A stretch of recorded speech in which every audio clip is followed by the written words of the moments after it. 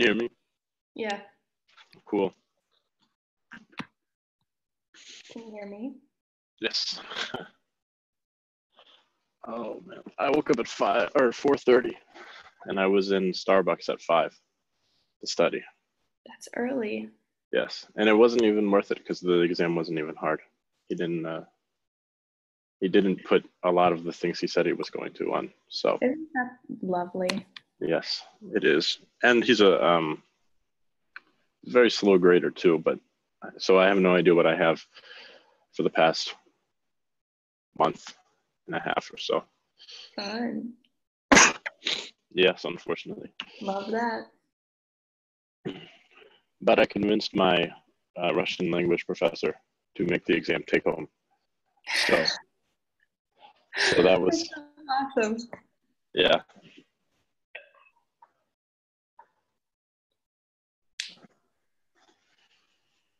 Just got an email.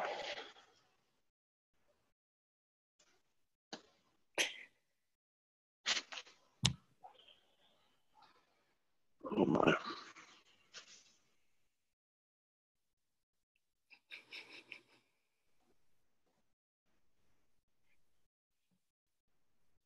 It says it's recording.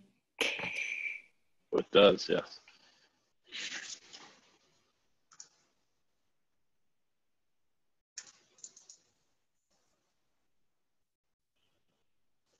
In that case. Yeah, I can only hear you, Ian. I can't hear anybody else. I think, well, Liz is hosting and recording, but I think her camera is just going to be, oh, look, wait, is that me? That's me? You see on the screen there? Yeah, that's what I've been looking at. Oh. Testing. Can you guys hear me? Oh, yeah. I can.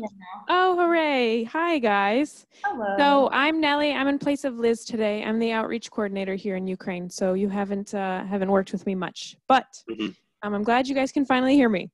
Дякую вам дуже.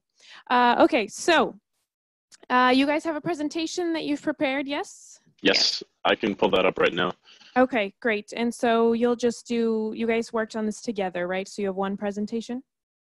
Yes. Amazing. So if you guys just want to screen share, we're still early. We still have a couple minutes, but I don't know if you guys have used Zoom before, but you can just screen share it so everyone can see. And yes, we are recording this so we can make it available later for anyone who wants to watch it. Perfect. Is it appearing on the screen there? Yes, looks beautiful. Thank you so much. Oh, don't know why it's doing that. Great. So yeah, do you guys have any questions for me? No, not really. Awesome. Are you going to do an introduction or something, I'm assuming? Yes, yeah, I'll introduce myself, I'll introduce you guys, and I'll tell the participants this as well, but for people who are joining us online, they can put questions into the chat box, and so I can tell them that they can put questions into the chat box while you're talking, and then you'll turn to them at the end, or I can ask them to wait and hold them till the end. Do you have a preference? No, I don't. Yeah, I don't either. We have a slide at the end that asks for questions, so we probably won't address questions until the end, but if someone has a question in the middle of it, they can feel free to type it. Perfect. Sounds good. And then we'll ask for questions in the room here and questions in the chat box at the end. Okay. Good. Thank you both so much. We still have about 5 minutes. Okay. Sydney, we can also mention the Q&A session we're doing next week.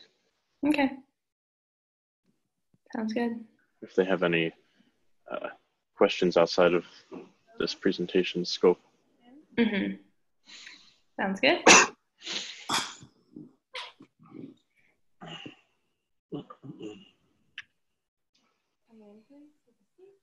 Are you back in North Carolina, South Carolina? I'm in my dad's office. Oh, nice. Yeah, I have, I think 2 weeks till I go to DC, 3 weeks. Something like that. 2.5, something like that, yeah. Ish. Yes. Is your dad making a guest appearance again? Did he? A bit of his back side. because he was like getting some papers real quick. Yeah, no, he's at work today, so it's just me. I shouldn't have any visitors.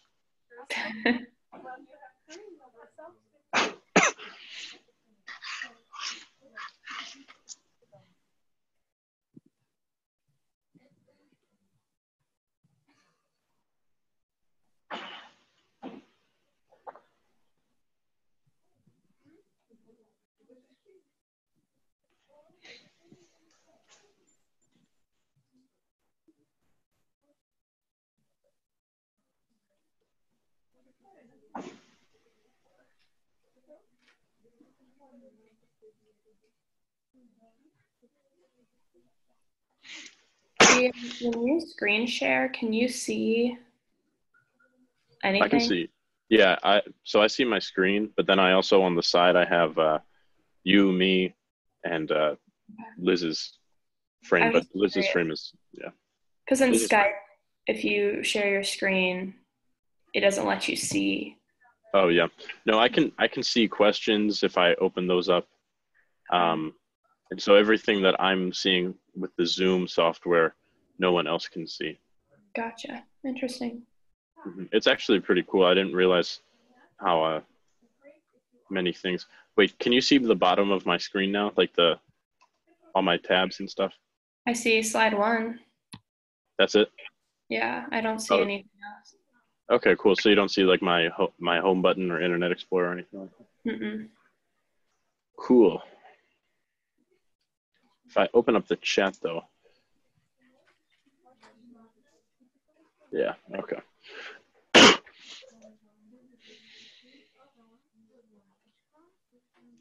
Okay, I have a scenario for you. So if a student were to email a professor, right? And then the professor does not respond to that student's email, but they send out an email to the entire class. That's kind of, that signifies that they're probably not going to respond to your email. Or at least they saw it and like are either going to get back to it later or something like that, but they probably saw the email. I would say if it's something like pressing, they would have responded. If it's like this can be a few days, they're probably going to get their stuff done first and then email you. It wasn't me, it was a friend, and the friend was asking for final forgiveness.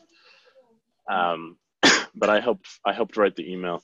So I have a feeling that the professor saw it and is just gonna ignore it. That's almost one of those things you might have to like do in person. Yeah. That's what I said, but it was I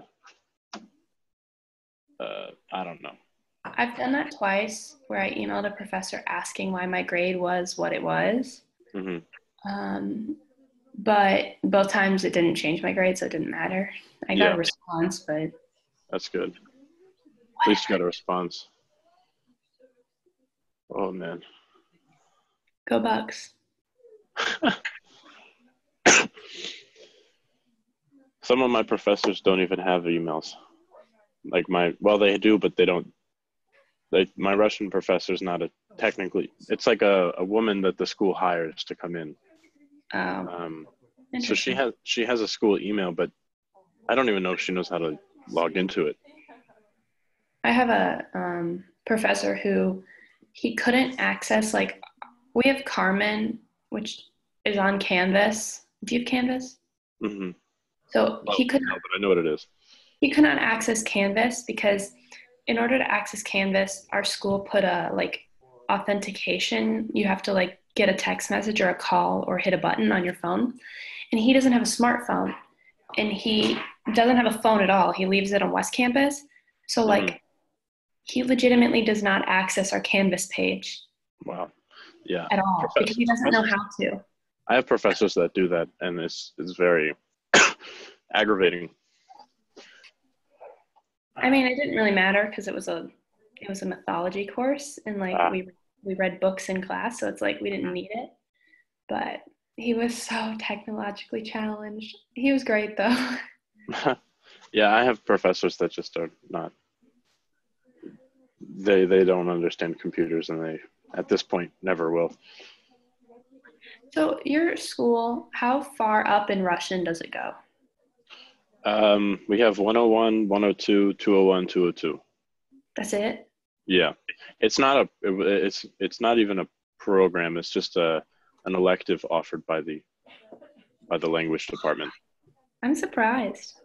Yeah, it's okay. The professor isn't. It's just like a very kind of. The professor's wonderful, but a lot of times the students don't really participate so much, so it's hard to get the activities going in class. I'm going to be in 5101 this year. 51. Oh, you guys go into the thousands? 5,000s, yeah. Well, our like numbers are like 1101, 1102, 1103, 2104, and then it skips to 3101, 3102, 4101, 4102. I see. Interesting.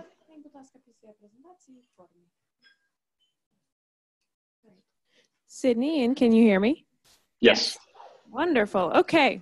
So hello, everyone. Thank you so much for joining us here in person at America House today and also online. So today we have a wonderful presentation, Surviving Your First Year in College, from our amazing interns who got up early to join us from the States, Sydnee and Ian. So Sydnee and Ian, if you want to say a couple words about yourselves, where you're joining us from, and then whenever you're ready, take it away with the presentation. Yeah, I'm Sydnee. I'm currently in North Carolina. That's where I live. And then I go to school at Ohio State, which is in Ohio, but it's summer break right now. And I will be an incoming senior next year at Ohio State. And I'm Ian, everyone. I'm in Maryland, where I go to school just north of Baltimore City. I'm still in school. I'm doing my exams right now. I'm also a junior, and I will be a senior next year. Wonderful. Thank you guys so much. And for those of us who are joining us online, feel free to type questions into the chat box, and Sydnee and Ian will turn to those after they're done presenting. And so we'll have time for questions at the end. All right, please take it away. All right, excellent. All right. So we did a presentation for you guys about surviving your first year of college. There's a lot of things that, usually you wouldn't think would get brought up when talking about college. You kind of have to learn on your own. But we are here to kind of help you with that and give you some helpful advice and tips on things that we weren't really told. And so we hope that you can benefit from this greatly. Yeah, so the first thing we're going to talk about is clubs and campus involvement. Going to school, especially for you guys in another country, might seem scary or intimidating, but clubs are a great way to help cope with that. So most colleges have tons of clubs on their campus. My college has 1,400 different clubs you can join. So believe me, you can find anything you ever want to do in a club.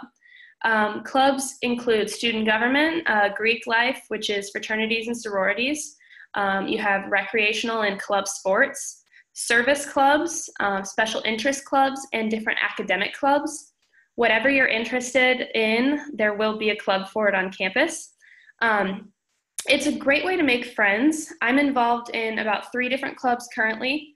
I am the co-editor-in-chief of the Journal of Politics and International Affairs. And since my major is international studies, I find this really interesting and super fun. And so just joining a club, I've gotten to meet so many people, and it's really helped me, especially when I got to school, it really helped me adjust. You can join one club or you can join many clubs. There's really no restrictions as to how many you can join. Some clubs will have club dues, which is like a cost of joining a club. Usually it's not that expensive, but at the same time, say you join a fraternity or sorority, those can be a lot more expensive.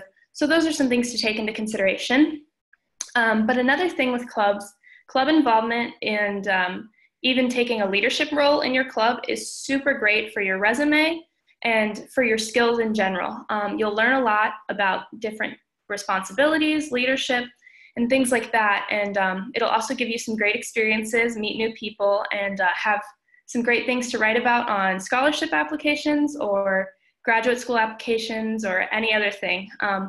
Your time on campus is really good used in a club.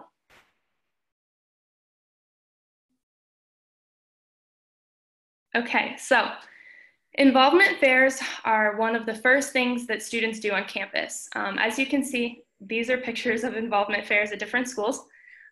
Basically, every club will set up a table or a tent, and students who are new to the campus, or even students who've already been on campus and just want to walk around and join new clubs, you can go and walk around, get information about different clubs, see what you're interested in. The picture on the top right is actually from Ohio State. And we hold our involvement fair on our center, like green space on campus called the Oval.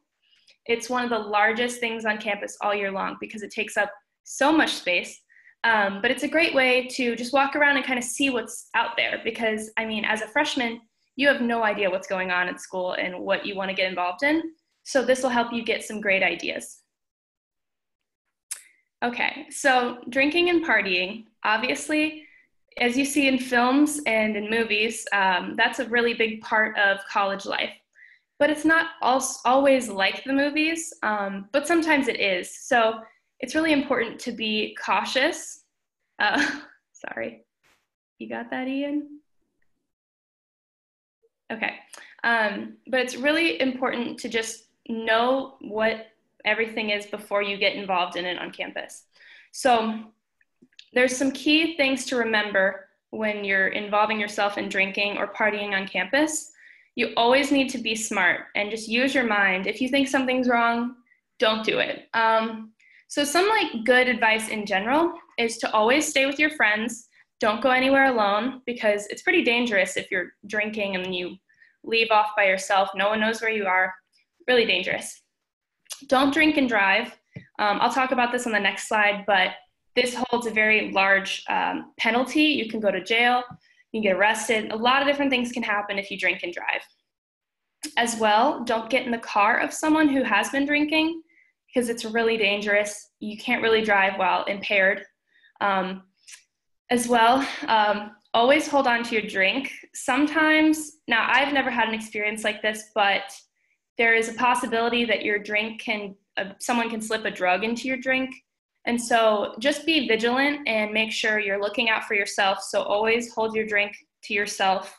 Don't let anyone else grab it or give you a drink. I would recommend you do not accept drinks from strangers unless you're at a bar and you saw the bartender pour it. Like, you need to be really, really cautious with that. And in general, just practice good judgment. You know yourself and your limits. So do not drink more than you can handle because you really don't want to end up sick or in the hospital. A lot of students who've never been exposed to drinking before go to college and go wild, and they end up really sick or in trouble or in danger. Different things can happen, so you just need to be cautious about that. And so going off of that, our next slide is going to talk a lot about the laws. So laws for drinking in America are a lot different than most European countries. Especially the first thing is that our drinking age is 21 years old. No matter where you're from, no matter what country you originated from, even if you can drink at home, you are not allowed to drink in America unless you're 21. There's no exceptions. And this is a really enforced thing. If you're in public and get caught intoxicated under the age of 21, you will get arrested or in trouble. So you need to be really cautious about that and take that into consideration when you're drinking. The laws are pretty strict, and so you need to just be aware of them. As well, a fake ID is also illegal. So a fake ID is basically where you take a driver's license and you buy it offline, and it's fake information that says you're older than you actually are. This is also a crime, and you can get arrested and caught.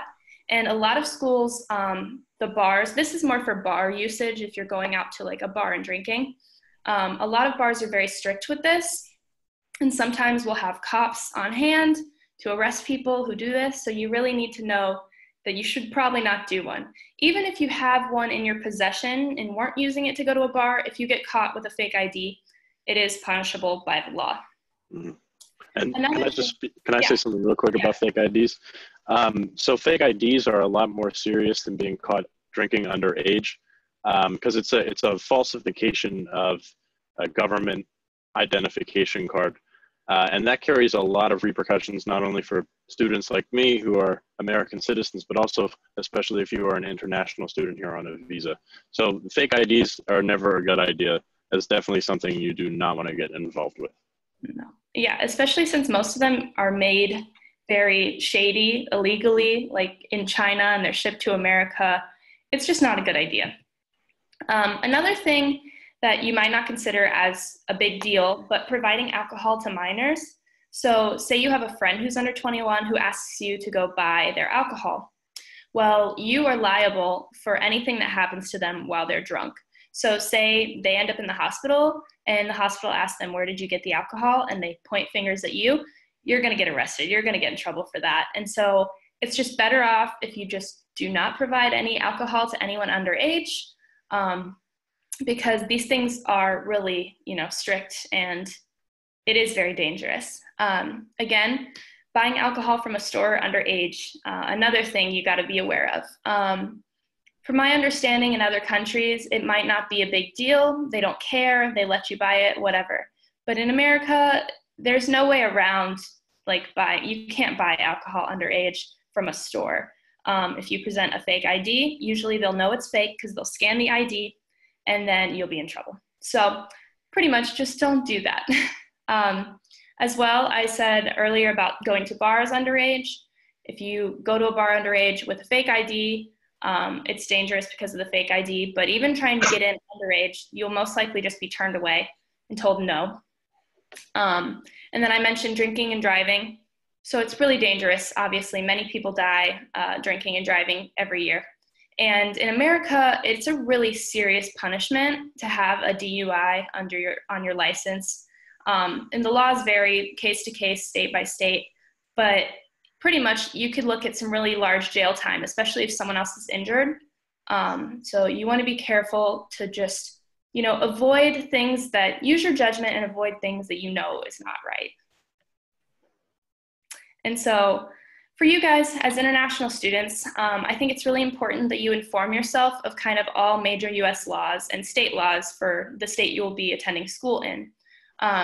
This doesn't mean you need to know every single little detail of a law, but for example, knowing that the drinking age is 21 nationally, it's a good one to know. And also, each state has different laws and punishments for different crimes, so maybe just kind of, look it up on the internet and see what your state kind of has, just so that you don't accidentally break any rules. And all laws are upheld for everyone in the US. There's no exceptions for anyone. So that's a really strict thing, and you have to make sure to do the right thing. As well, kind of with knowing the laws, know the consequences of an arrest on your visa or status as a student in the US. I'm not entirely sure of what, each situation is different, obviously, but I'm not sure of the intricacies of a visa. So I know there's probably higher consequences, but you should really inform yourself of that before you decide to do anything that might be illegal. Another advice is just to be aware of all the situations you put yourself in.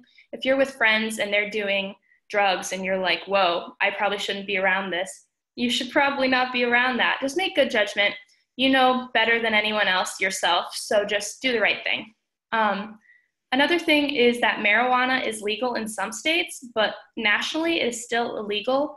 So you can still be punished nationally for using marijuana. So just be cautious and know the laws, like I said, of the state you're in.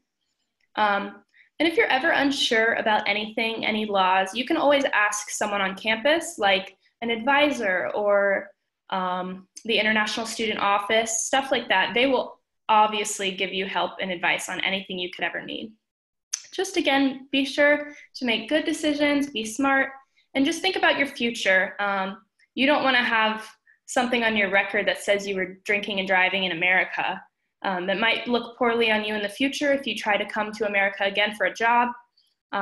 It'll impact your future career, and it could possibly impact your education.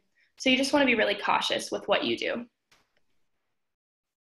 Okay, so now we're going to talk a little bit about professor expectations of students. I know we touched on this a little bit earlier in the year with some of our presentations, but here again, we're going to just reiterate some really important things about this. So, as a new student to any university, professors are a great way to help you adjust, to help you get used to your life at school, to help you get used to classes. They all know that you're new to the school, no matter if you're an international student or not. If you're a freshman, you're new. And you're gonna need that time to adjust. And they're pretty good about helping you with that. So they're always gonna be willing to work with you unless they're like really mean. But most professors will help you if you just ask questions. I mean, in class, if you don't understand something, do not be afraid to just raise your hand, interrupt, and be like, hi, I don't understand. Because more than likely they'll be like, oh, great, let me just go over that again. As well, a lot of professors in the US hold office hours, which is kind of like a set time period each week that they have their office. They're sitting in their office and it's open for students to come and ask questions. This is a great way to not only get to know your professor, but have any questions you have answered. And so always go to office hours, especially if you are not understanding something and need a little extra help. Your professor has that time there for a reason, so make sure to take advantage of that. And then as well, if you have any issues, like say you're sick and you're gonna be missing a class, just email them, let them know. Or if you have a question about the homework, email them. Email is a really great way to get in touch with your professors. Just make sure you write a formal email, something that addresses them correctly. And it's more of a, you know, they're not your friend kind of a thing, but they are a respected adult. So just write to them as that. And more than likely, they'll email you right back or within the day to help you with anything or suggest that you come in to see them, or they'll be good about it. They'll respond to you and give you the help you need. As well, professors are there for advice. If you ever have any questions about your future career or your path you want to take or classes you want to take, professors are great about giving advice. So I have a professor who I had last semester, and so many students in my class went up to him and were like, hey, what do you think of this class I'm going to take next semester? Do you recommend this class? Do you recommend this professor? And he was a great resource for students to get help with their scheduling. So don't be afraid to ask any question that's relevant to school. They're usually great for advice. And in general, it's really good to build relationships with your professors. I have a lot of close friendships with my professors, and I've taken multiple classes from some of them. And it's good to know them because you never know when you'll need them. For example, if you want to do undergraduate research or something like that, or you want to work with them on a research project, it's good if you know them because they're more likely to help you. Like I said already, advice, they're great for advice. Recommendation letters. So this is what I've been doing a lot recently. I've been, I have a couple professors that are my go-to, and I'm like, hey, do you mind writing me a recommendation for a scholarship? And they're like, oh yeah, of course. And so it's great because they know me and I know them. They'll write a better recommendation for me, and it benefits me because I have a great recommendation. And then, of course, they're always there to help you, whether it's something in class or out of class. Say you have to go home for a funeral or something. Professors are so willing to help you move exams or quizzes, especially under a circumstance like that. They will work with you on if you're sick or if you have a reason you can't come to class or if you need to leave class early. Just talk to them. They are so willing to help you. Ian, do you have anything else on that? No, just that professors really are willing to help you. And even though there is still a certain professional relationship between you and your instructors at college, they are most of the time, they're very friendly, they're willing to work with you, and you shouldn't feel uncomfortable about reaching out to them either in class, after class, or over email. Professors really do encourage that kind of stuff, and they really like it when students come and either ask them for help or visit them during office hours and just talk about stuff that they learned in class or just talk in general. And professors are more than likely to give you the help that you need if you do reach out to them.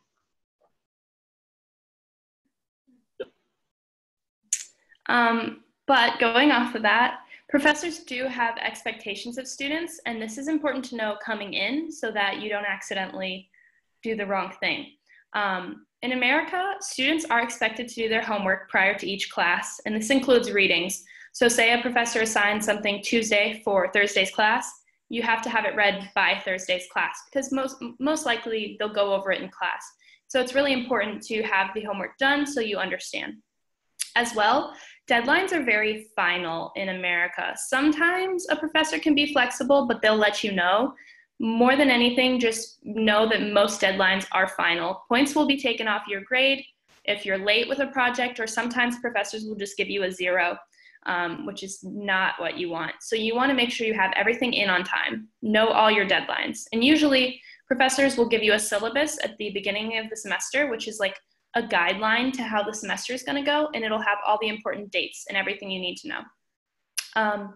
It's important to communicate any absences, especially in a smaller class. I have a class where it counts against our grade if we miss, unless it's an excused absence, which includes like a doctor's visit or a funeral or something like that. So it's important to really just talk to your professor and be like, hey, I might miss this class, and see how it'll affect your grade. And usually they're really willing to help you with that, especially if it's something important.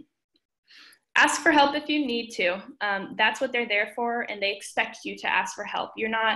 If you're just doing horribly in a class and sinking and you're not asking for any help, they're going to be like, well, you should have come to office hours. So it's definitely on you to get the help you need. And there's tons of resources on campus. Professors can teach you outside of class. They can send you to teaching assistants or tutors that'll help you even further. You're supposed to complete all tasks and assignments. Sometimes students are like, oh, I don't feel like it, but it all counts towards your grades. So you should just do your best and do everything that it's expected of you. Participation is kind of a thing that's really common in smaller classes. Some professors really do expect students to engage in the class and ask questions and participate, give comments. Usually this is in classes of about 40 or smaller, but at the same time, sometimes bigger classes also expect participation. So make sure you're listening and paying attention and actively participating in the lesson or lecture that the professor is giving. And cheating is also one thing professors despise. You are not to cheat on any tests, assignments, homeworks, projects, quizzes, or exams. In America, cheating is a really big deal. You can get kicked out of the university if you're caught cheating. And some other countries are really lax about it. Students work together on assignments. They all turn in the same thing. But here in America, you're not supposed to do that whatsoever. You're not supposed to turn in the same homework assignment. You're not supposed to cheat off each other's tests or exams. It'll really come around to hurt you in the end because it is possible that you will get kicked out of the university. So just know that cheating is not taken lightly here in America, and that professors expect you to do the work on your own without cheating. Just going over it again, professors are really helpful resources. They're there to help you. And if you do all these things I just said and you meet their expectations of a student, they usually are more than willing to assist you in anything you ever need. So just make the most of your time with your professors, do your work, and you'll get the best experience out of college. All right. So I'm going to talk a bit about another aspect of attending university in America, and that's living on campus. And not every student does live on campus while they attend university, but some universities have requirements that first year or maybe even second year students have to live on campus, or there might be separate requirements that state international students have to live on campus. So I'm just going to delve into a bit about what it's like living on campus, what you should bring, what you should not bring, rules, regulations, and that sort of thing. So living on campus, you may have heard these different terms. There's residence hall, dormitory, dorm. Those are all the same thing. They're just different names for the same kind of living experience. Most of these residence halls or dorms, whichever you want to call them, they're set up in a way that you would have at least one roommate, but the average size of a dorm room, at least at my university in Sydney, maybe at Ohio State as well, is that there's you and then you have a roommate. And most dorms also have two different kinds of bathroom setups. Either there will be your room here with your roommate, another room right next door with their roommate, and then a bathroom in between. And so there's 4 people in total sharing a single bathroom. Or it might be what's called communal style, which is where there's 1 or 2 bathrooms for the entire floor. So you might be sharing a bathroom with at least 20 other students. There are upsides and downsides to both of those. Some dorms even have their own bathrooms inside the rooms. It really depends on the university and the building that you get placed in when you're living. So that's something I'm going to talk about a bit later, about what you should bring in terms of the bathroom situation. But I want to talk a bit about what the structure of the floor looks like in terms of who lives there. So you're going to be living on a floor with other students. Most of them are probably going to be about your age. Not all of them will be the same area of study in which you are studying. They won't have the same major as you unless you choose to live in a certain type of housing that maybe facilitates people living together in that sort of way. But at my university, most floors have about 30 to 40 residents living on them.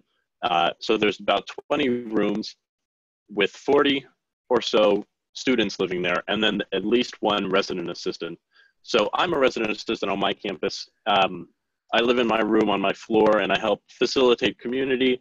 I host events and activities for people to join and get involved with, and I also am sort of the regulatory force on the floor. I make sure that all of the rules for the housing are kept. So I make sure people aren't doing anything illegal in their dorm rooms. I make sure that people are following rules about guests who they can bring into the building. I make sure that people are being quiet during what we call quiet hours during the night. And I do a lot of things on the regulatory side as well. But the main purpose of my job and the job of your resident assistant or resident advisor will be to promote community on the floor through activities, through engagement, and through building personal connections with the residents. So if you live on campus, more than likely you will have a student like me who lives on your floor. They will most likely be older than you, either by an academic year, or they might be 2 or 3 academic years ahead of you as well. This is someone that you can turn to for advice in regard to housing, or maybe to your academics. They can point you in the direction of clubs and activities for you to get involved with. And if the university you end up attending is like mine, we have special housing on campus for international students. So students who are international students can choose to live in this housing with other international students. And most typically the resident assistant on that floor, if they are not an international student themselves, then usually they are an immigrant to the United States who now has permanent residency or is a citizen. So they have that kind of shared experience, what it's like coming from a different country to study in the United States. Not every university has that, but if that is an option, that would be kind of the structure and community of that sort of housing. I did mention a bit earlier, most rooms you will have 1 roommate.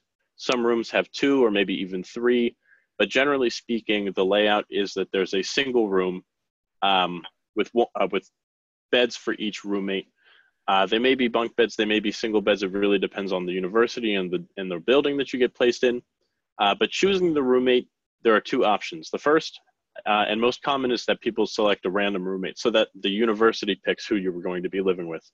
The other option is that you pre-select a roommate. So you'd have to know someone prior to attending the university and know that they're living in the same area of campus that you are, and you can choose to room with them. It's not always 100% guaranteed, but that is an option. For international students, it might be a bit more complicated because obviously you may not know anyone attending the university, but there are groups on Facebook or other social media sites for students who are attending that university for that class year. So before I came to my university, I joined a Facebook group.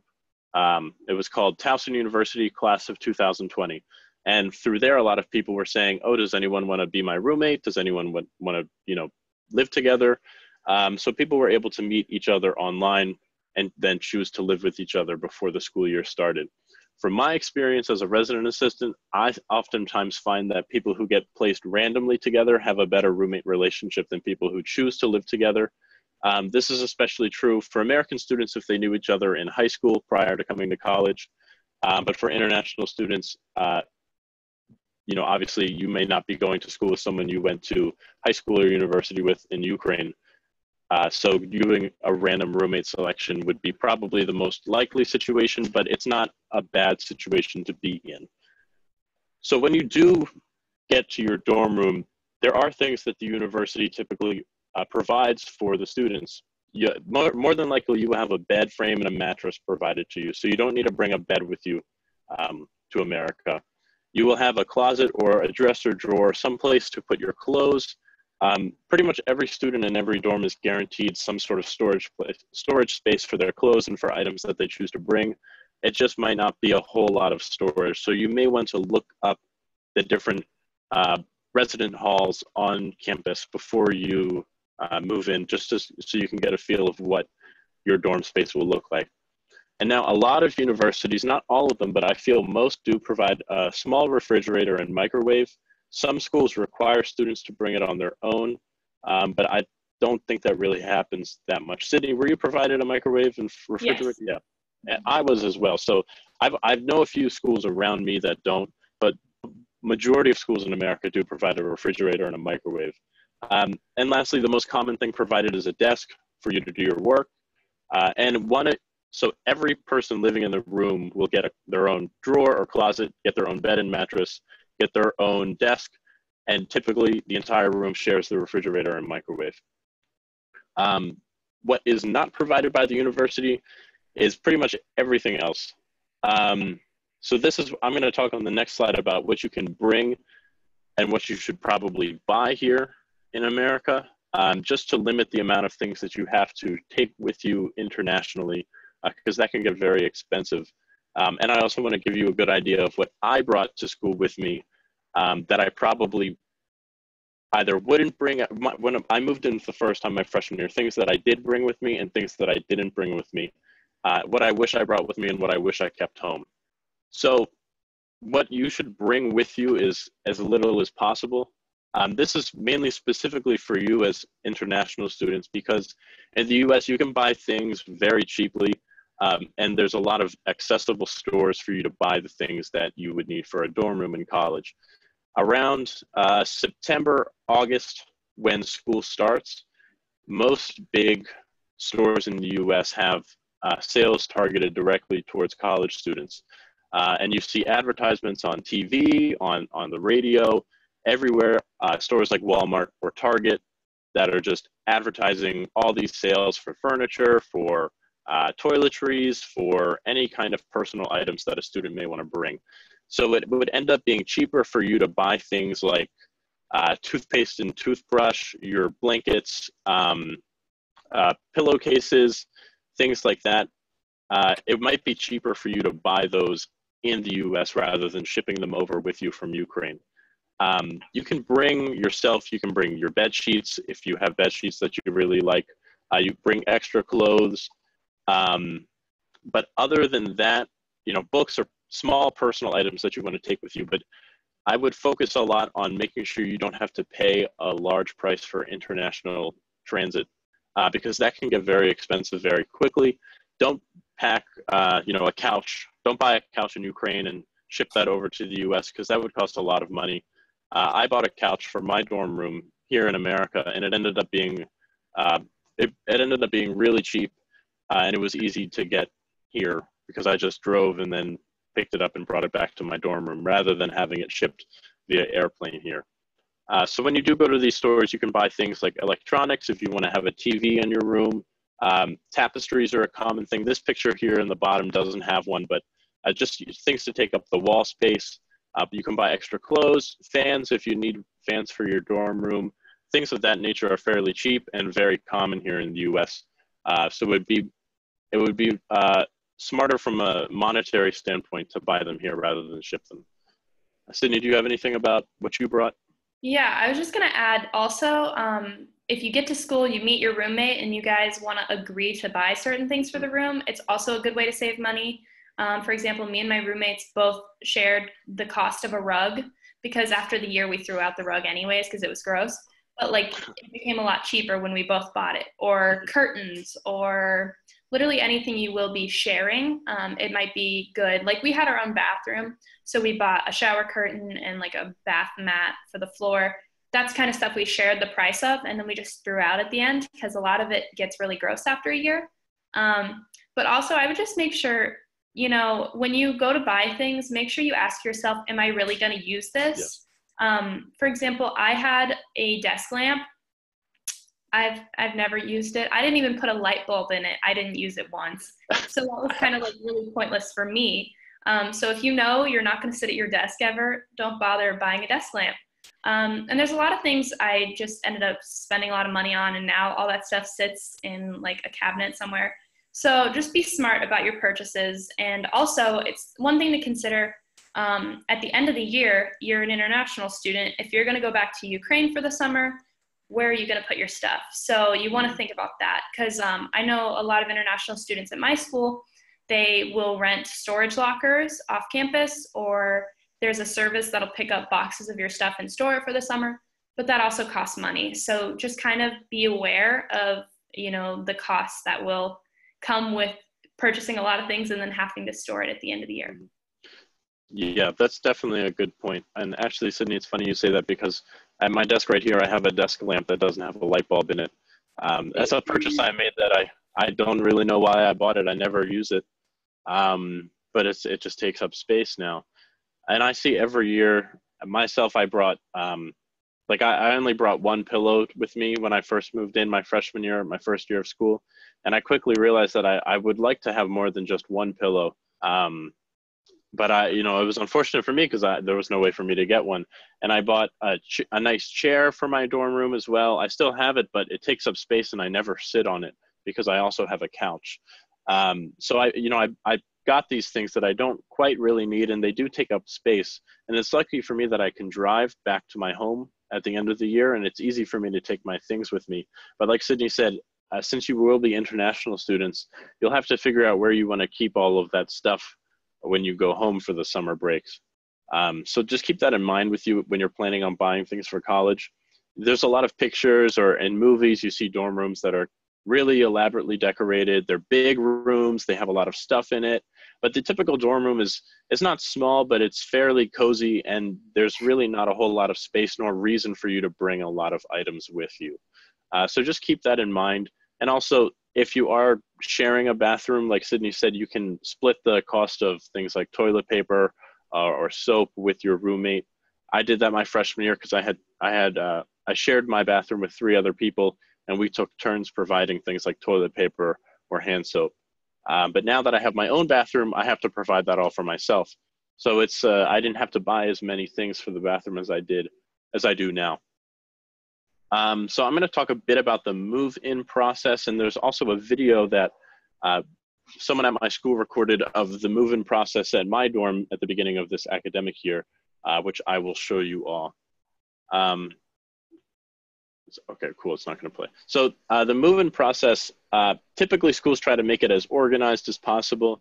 They do it by saying people that have the last names or family names starting with A through E move in at this time. They have special days for returning students, special days for first-year students, and every university is different. So it's important for you to figure out when you can move in, because you'll have to plan as international students a flight from Ukraine. You'll maybe have to stay a couple of days in a hotel before you can actually move in. And depending on where you are going to school, you may want to go see the sites and visit nearby locations that are popular in America. So know ahead before you move in what day you're actually supposed to move in. At least at my school, we've never turned anyone away if they came on the wrong day. But every school is different. They have different policies of that way. In terms of family involvement, at my school, the parents are typically there moving in their students, but that's not always the case. For example, my parents didn't come help me move in this year. My mom drove, but she dropped the stuff off and left.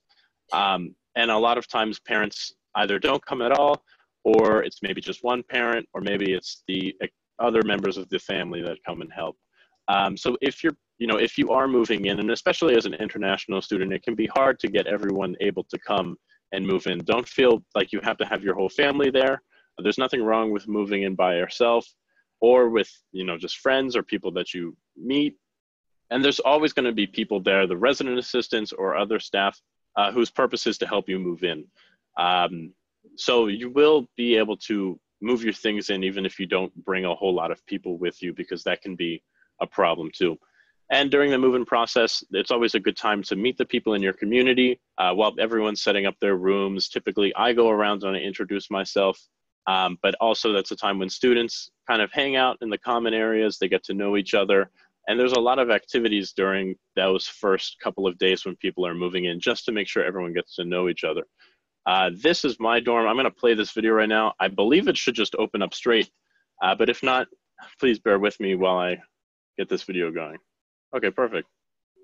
So there's no sound, and there's me. But we set up tents. These are a couple different buildings, and as you can see, people are helping the students move in, bringing their stuff upstairs. We provide carts like those so people can put as much stuff as possible. And move-in day is just a really big, fun day. We make it as organized as possible. There's me again. It's a lot of fun. We really do have a lot of fun, and the students are excited to come to school. So it's really it's a fun experience. But you always can tell who is bringing too much stuff versus who doesn't have enough stuff. My dorms in particular, my dorms do not have air conditioning. And during the summer months when people move in, it can be very hot. So I see a lot of times people come to school without fans, and then they immediately go to the store to buy a couple of fans and come back because they didn't really realize that that's something they needed. Or they forgot pillows at home, or they forgot their bed sheets, or they want a carpet for their floor. Things like that, people go and buy while they're moving in. And at my college, we actually provide shuttle buses for students to go to local stores so that they can buy things for their dorm room. And your university may be doing the same thing. And actually, we're talking the next slide. Let's see, let's go. Homesickness, but later on, we'll talk a bit about things that colleges provide during the first couple of days and also throughout the year. Can I add one thing? Yeah, of course. I was just going to say, as international students, you might not have a car or access to transportation. Ian's school does a shuttle, which is a great thing.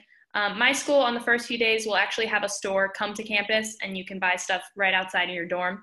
But at the same time, you can always online order things and ship it to your dorm building.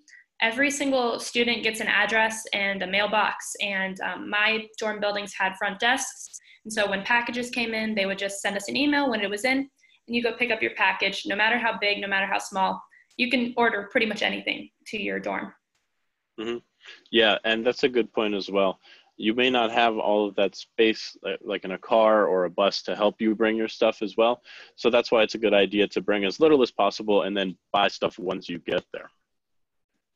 So I'm going to talk a bit about homesickness, just because that's something that a lot of first-year students at university do experience.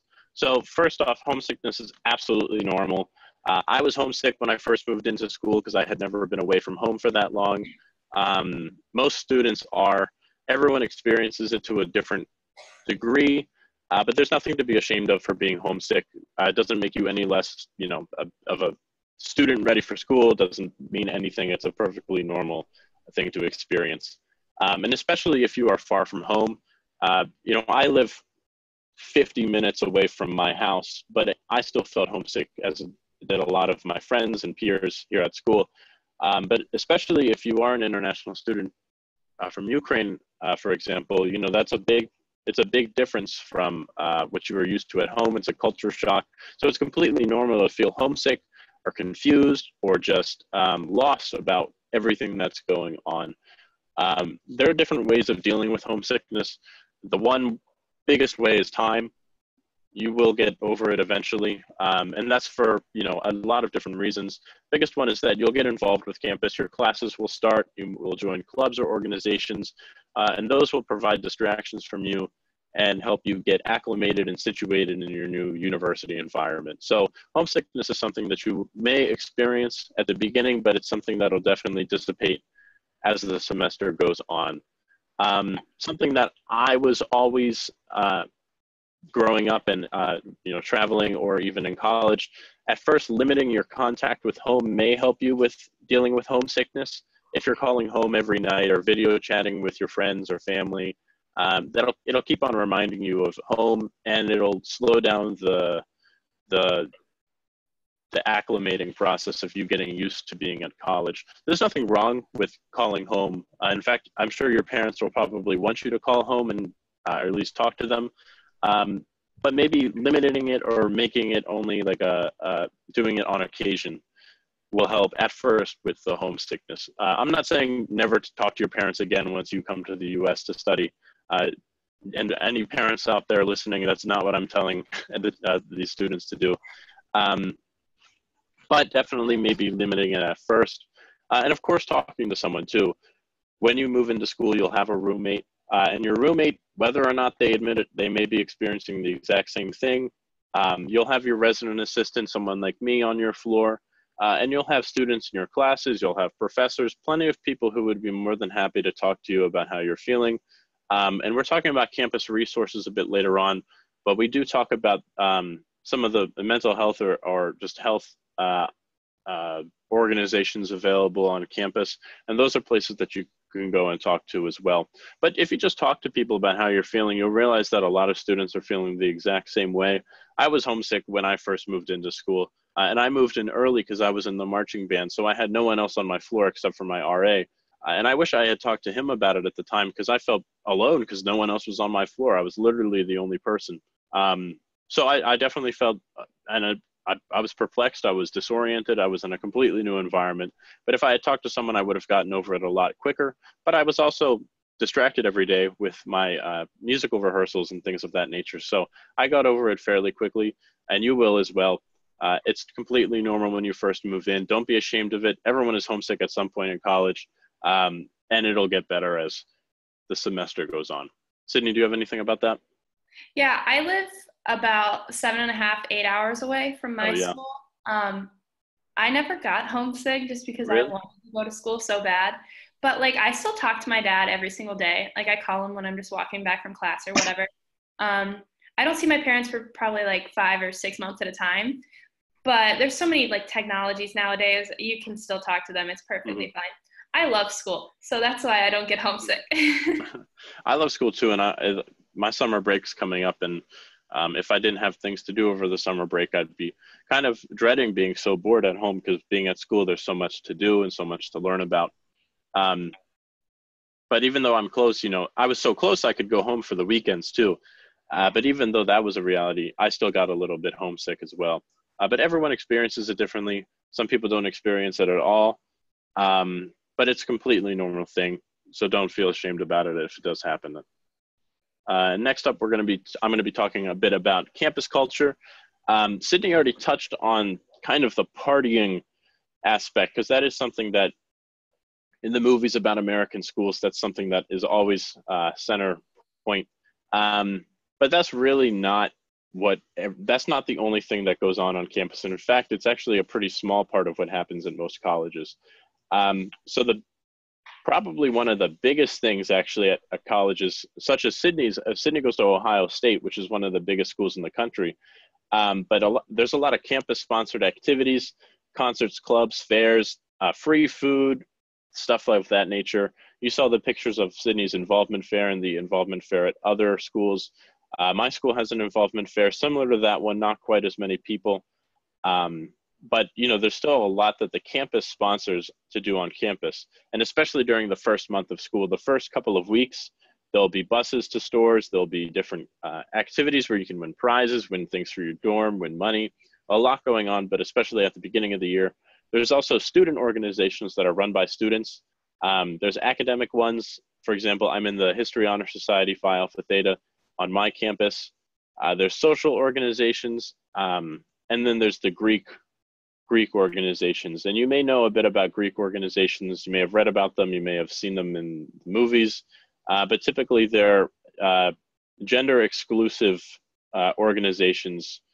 They're social organizations, but there's also like professional Greek organizations as well. But if you look at the picture in the bottom right, that's an example of what we call a fraternity. It's a group of young men who get together, and they may live together in a building, they may not. It's just kind of a social organization that you have to apply and go through a process in order to join. But probably the biggest college activity in the United States is football. College football, American football is huge. If you look at this picture up in the top right, I'm not sure what school that is. It's Indiana. Indiana. That's it. Yes. So that's Indiana. Sydney knows that because her school is very good at football. My school is very bad. Well, we're okay, not very bad at football, but we're not nearly as good as Ohio State is. We're a smaller school with a more humble football team. Sydney, can you still hear me? Yeah. Okay, cool. Yeah, so football, Sydney, I believe your football stadium is larger than the biggest stadium in Ukraine, in the capital, Kyiv. Yeah, my football stadium is not quite as big, but it's still a big event. At Sydney School, there might be literally tens of thousands of people that turn out for football games. My school, yeah, like a lot of people come to Sydney schools, or to Sydney's football games. Well, not Sydney's football games, Sydney School's football games. But football's a big thing. A lot of students go. There's a lot of activities going around. And sports in general are fairly big on college campuses. And now, of course, there is partying on campus. And in a lot of schools, it is prevalent. My school, has a lot of students do go out and party, or they go to the bars on the weekends, but it's not a dominating force by any means in the school. In fact, most students just statistically do not, they don't party, they don't go out every weekend, they don't consume a lot of alcohol. And it's really something that's, I feel, overhyped in the media. Every movie about college, people go to a big party, it's some huge thing at a big house with 100 people. That's really not something that happens either at all or all the time. And for most students, academics come first. And especially, if you are going to a university in America, we are getting a good education here, and it's something that a lot of students do take fairly seriously because it's expensive. College is very expensive, and going to class is the reason why we're here, getting our degree to further our careers and education. So academics for most students come first. Parties do exist, but it's not quite what you see in the movies because there's so much else to do on campus. And lastly, Sydney, do you have any thoughts about campus culture? No, I think you hit most of it. Okay, cool. Yeah, so lastly, we're going to cover on-campus resources. We're going to go over this fairly quickly. I just want to make you guys aware of what usual colleges have for you and services that you might take advantage of. A lot of things I myself have used, and sometimes I didn't even know these existed until someone told me. So I'm going to tell you now, and hopefully you'll have a better idea. Okay, so every campus is different. Ian goes to a lot smaller of a school than I do, but at the same time, there's always going to be plenty of resources. And for you as an international student, there's a lot you should take note of, like before you make your decision to go to a school, or even as you're getting ready to go to a school, to make note of where to find these things on campus. So the first thing for you would be probably an international student office. My school has a really giant one. It's also paired with our international, it's called the Office of International Affairs. They do a lot of things with international students as well as with study abroad programs, anything that really has to do with international and Ohio State.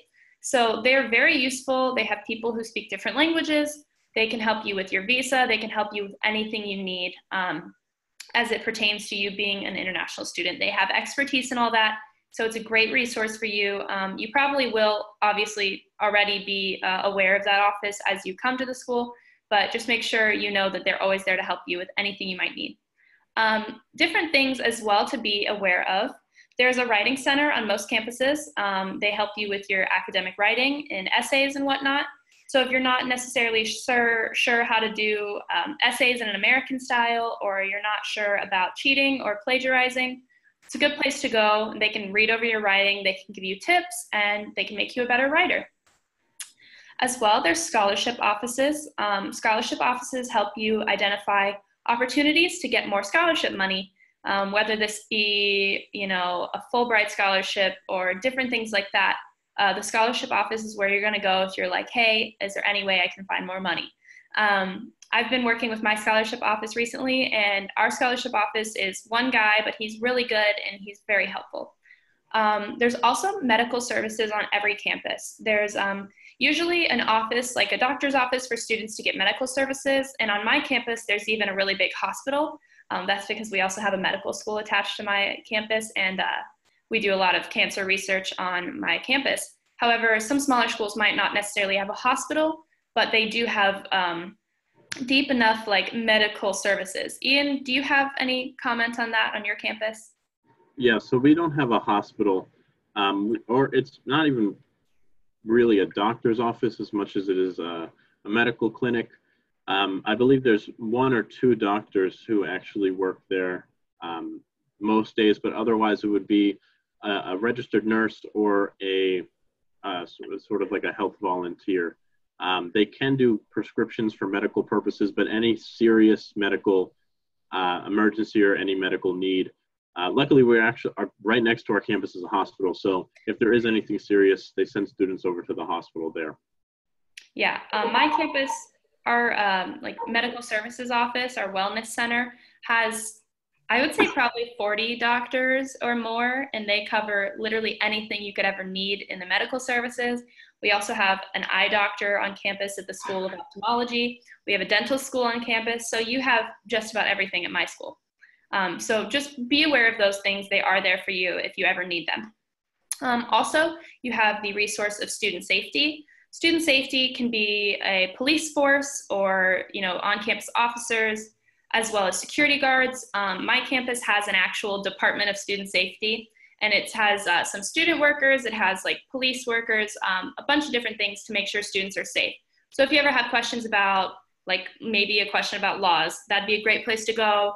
Or if you ever have a situation where you felt unsafe and you need to report something, that's another place to report. My student safety services also offers a driving service. So if you ever are going somewhere late at night on campus and don't feel safe walking back to your dorm, they'll pick you up and drive you back. So it's a cool opportunity to make sure you're safe on campus. As well, career services is a really big one. A lot of different majors within different colleges at the school will have their own career services, but there's usually a big career services office.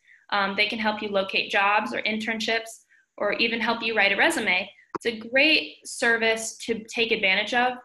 It helps you build for your future, and it's free. It's right there on campus, and they're always willing to help. And in addition to that, you have your academic advising or coaching. So say you don't know what classes you need to take to graduate. That is where your academic advisor is going to come in.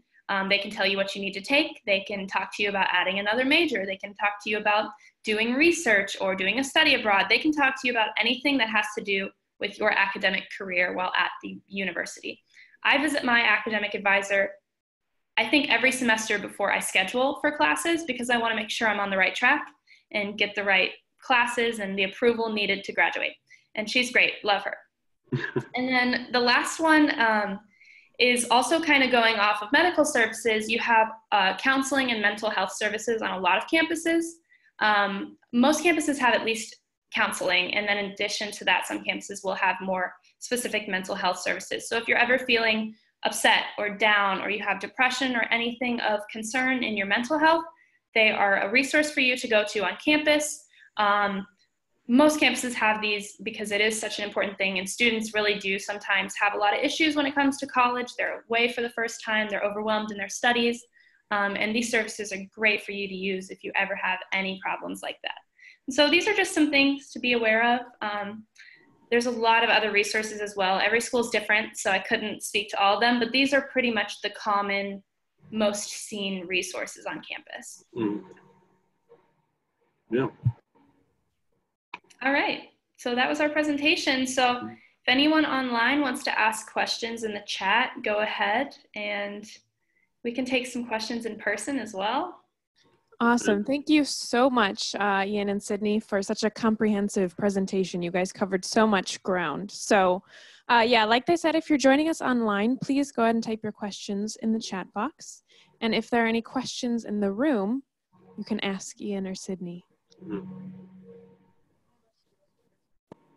They said everything was pretty clear, so you guys did a good job. Awesome. I have a question. I'm wondering if you can talk a little bit more about Greek life, because I think it's a very unique part of American university culture.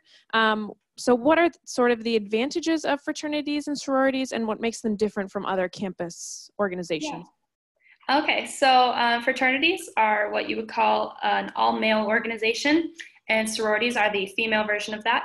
And basically, almost every school has at least one or two. My school has, I think, 30 fraternities and about 15 sororities, but I'm at one of the biggest schools in America. So, but basically, it's kind of an organization where you have to pay to be in it. Usually you pay roughly like a couple $100 or $1,000 a semester to be in it. And you go through a recruitment process where for sororities, you walk around to all the houses, you meet everybody, and then they choose you if they like you.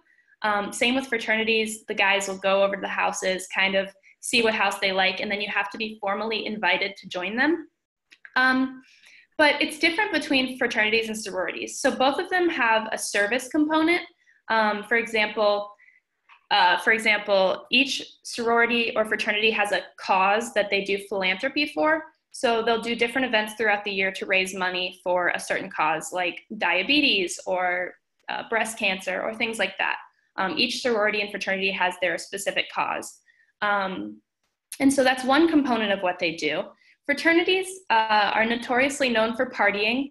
That's a common thing with them, but, whatever. There's a lot of, getting to know people. A lot of a sorority and fraternity is getting to know people. For example, you make a lot of friends in your sorority or fraternity with your brothers or sisters, is what they call the other members. And then a lot of times sororities will pair up with fraternities and they'll have date parties, or they'll host charity events or things like that. So it's kind of, I don't even know what you would call it. It's weird. It's kind of a way to make friends. But at the same time, that's not the only way you need to make friends. I am not in a sorority or a fraternity of any sort, but I still have tons of friends.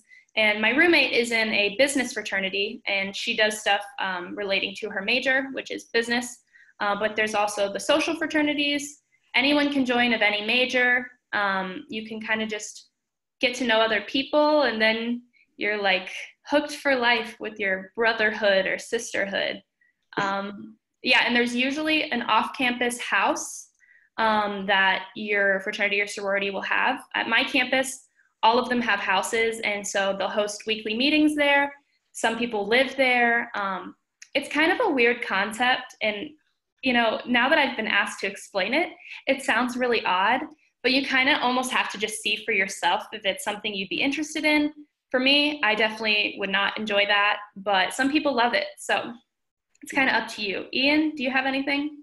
Yeah, Sydney hit pretty much all of the bases. I'm technically in honors fraternity.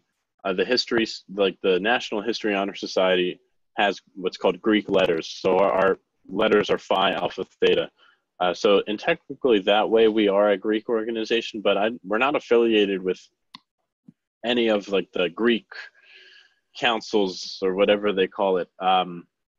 But at my university, at the very least, the university plays a large role in how the fraternities and sororities recruit. They pay very close attention to make sure that there's no nefarious activities going on with how they choose who can join and who cannot. Because oftentimes that's how there are news events and things of that sort. People may get hurt. People may not like something that happened. But at my campus, they also don't have houses. Fraternities and sororities are not allowed to have houses off campus or on campus. And they're not allowed to like live all together. But that's just my school. Every school is different. Some schools don't even have Greek life at all. But it is, like Sydney said, it's very strange to explain. And it's really, you have to see it. And this is my third year at university, and I still don't understand Greek life. But I understand how it works. It's not something I would be interested in by any means, but it just, every single Greek organization is different. Every single one offers different characteristics that people are looking for. But it is kind of a unique thing to Americans. It's a very unique American thing. Yeah. Great. Thank you so much. Okay, so looking at the chat box here, Irina says, thanks a lot. The presentation was great. Thank you. And we have 2 questions from Denise. He asked, could you tell about work on campus, and what about meals on campus? Yeah, I'll cover work, and Ian can cover meals since he Sure. still lives on campus. But so work on campus, for international students, most every job on campus is able to be worked by an international student. That's within your visa restrictions and everything. You are allowed to work on campus. Off campus is a different situation, and you'd have to look into that further. But on campus, there's plenty of jobs for students to have. I currently work the front desk of the Russian department, and Ian is a resident advisor, which is also a position that is paid and is considered a job. There's tons of different things. You can be a research assistant, a teaching assistant. You can work at the dining hall. You can work in transportation, like driving a bus. You can work in a different office, just sitting at the front desk. You can work at the gym. There's so many different options. My school offers an online portal where you can go and see what jobs are available and apply through the online service. As well, if you ask around different departments or different professors and see what they're do they have a research position available? There's tons of different things. So it's really kind of one of those things when you get there, just ask around, see what's available. Almost everyone can find a job. There's always students working in the food services or at the gyms or different things like that. Those jobs are super easy to get because they always need more people.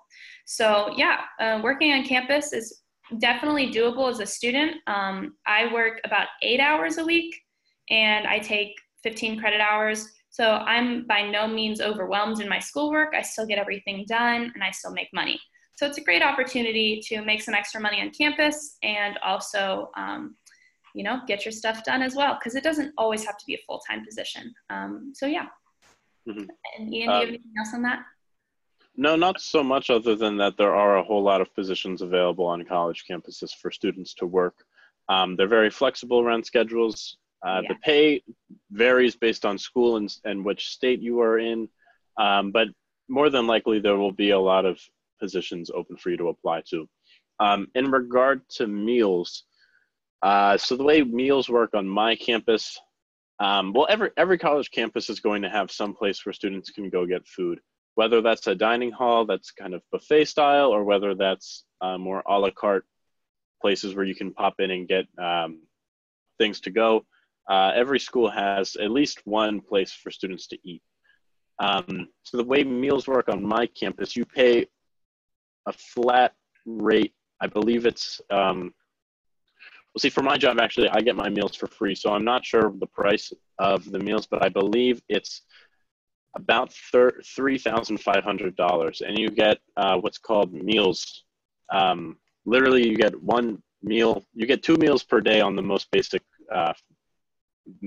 plan. So that ends up being 14 meals per week, just based on how our weeks last for the meals. So the way that works is a meal, you go to a dining hall, which is buffet style on my campus, and you swipe one meal, and then you can eat as much as you would like, stay as long as you would like. Or you can go to one of the store things that we have on campus, and one meal is equal to about $6.30. So you can buy things outside of the dining halls as well with that. You can upgrade your meal plan if you would like. We have different meal options on my campus.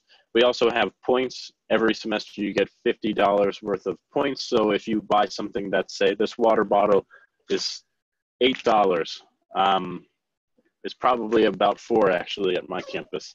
But if this water bottle was $8 and I wanted to buy it, I would use one meal, which is $6.30, and then I'd use the remainder with the points that I have. And you can add to those throughout the semester if you would need to. But that's the way meals work at my campus. I know meals are different based on where you go to school. Sydney, how did it work for you?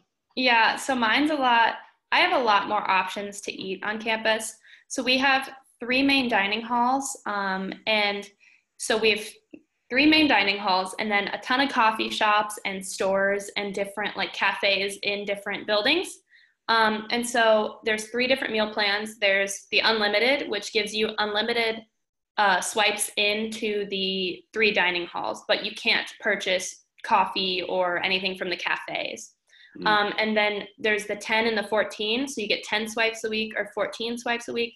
So that means you can visit 10 times or 14 times to anywhere on campus. You can use those swipes at the cafes. You can use them at the coffee shops. You can use them however you want. And then they also give us an additional amount of dining dollars, which is kind of like $300 a semester that you can use. Like he said, his point system, it's kind of the same. We use it towards like if your meal goes over a certain amount or whatnot. Each campus has it different. Some smaller campuses, when they only have like one dining hall, it's a lot simpler. You pay a price, you go eat there with your friends every day. But like my campus, I could get lunch in the architecture building. I could get lunch in the hospital. I could get lunch at the gym. I could eat anywhere because there's so many different options. So kind of just depends on where you are. But there's always going to be food. And when you're living on campus, it'll be included in your tuition and your room and board. So you will be fed. Yeah, my campus does have a lot of options too. We have 3 different dining halls and then a number of like coffee shop places or stores that we can buy from. But the hours vary too. At my school, the dining halls all close around 7 p.m. I could say a lot about that, but I won't. That's early. It is very early because dinner time usually begins around 7 p.m. So, but there are other places open afterwards. Some places open around 7:30. Other places don't open until 11. So it also depends where on campus you are. But there are a lot of options. The hours vary for every place. But generally speaking, you can use your meal plan at any of them. But it may just be through a different means. Awesome. Thank you both so much. All right, last call for questions online and in the room. I guess to wrap up, I would say, what is one sentence of advice you each would have for a first-year student? I would say maybe based on mistakes you see. Well, I would say make the most of it. For me, my freshman year, I was on the rowing team, and that's all I did. So then when I wasn't on the rowing team, I had absolutely nothing to do. And I joined a bunch of clubs, and that's where I got a lot of fun out of college. I think involving yourself in whatever you like to do, whether you like to go to the gym, go to the gym. If you like to play rec sports, join a team. If you like to, play chess, join the chess club. I really think in order to make the most of your college experience, you have to do things, like you have to go out of your way to make the most of it. So that would probably be my advice, is just to do your best to make the most of your college experience. And I was going to say something very similar, and everything Sydnee said is very, very true. Like I was in marching band my freshman year, and when I wasn't doing that, I wasn't really doing anything else. But what my sentence is going to be, instead it's going to be, go to all of your classes and work as hard as you can, because your grades your freshman year, and especially your first semester, you may not be used to how college classes work, how college tests go. And if you do poorly academically your first semester, and even your first 2 semesters, if your first year at college might not be the best, that's something that will affect your grade point average as you keep on going through college. Those grades will still show up on your transcript. And those are things that employers will then see, or graduate schools will see when you are applying during your senior year. So definitely try your hardest in terms of your classes when you first begin. Great advice. Thank you both so much for taking the time to join us today and put together this presentation. It was so interesting and informative, and we'll share it for other people to see who weren't able to join us today. But you both have been such a great resource for us here in Education USA Ukraine. So thank you so much for everything that you have done for us. Thank you. Thank you. All right. Thank you both. Have a wonderful day. You too. You as well. Bye-bye. Thank you.